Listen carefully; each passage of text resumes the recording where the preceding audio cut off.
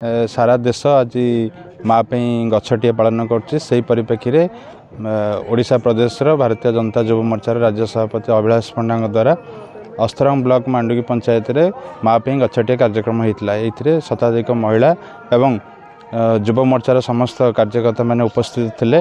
देशर सुरक्षा एवं देशर प्रकृति किभली भाव में आगू जीव प्रकृति थिले प्रगति हम से नारा नहीं कि आम समस्ते आज वृक्षरोपण कार्यक्रम सामिल होइतिलु। आशा करूँ युवपीढ़ी या द्वारा अनुप्राणित हुंतु देशर प्रगति दिगरे वृक्ष किभली भाव में मुख्य भूमिका ग्रहण करे एवं प्रकृति रहिले प्रगति हम यहीटा आज मुख्य नारा थिला। से को अनुप्राणित होइकि समस्त युव मोर्चार कार्यकर्ता माँ मैंने एवं राज्य सभापति द्वारा यह प्रोग्राम कराई। स्थानीय वरिष्ठ नेतृत्व एवं युव मोर्चार समस्त पदाधिकारी कार्यकर्ता सहित मुझे माँ गछटिए वृक्षरोपण कार्यक्रम रे एठी सामिल होवार सौभाग्य पाइली।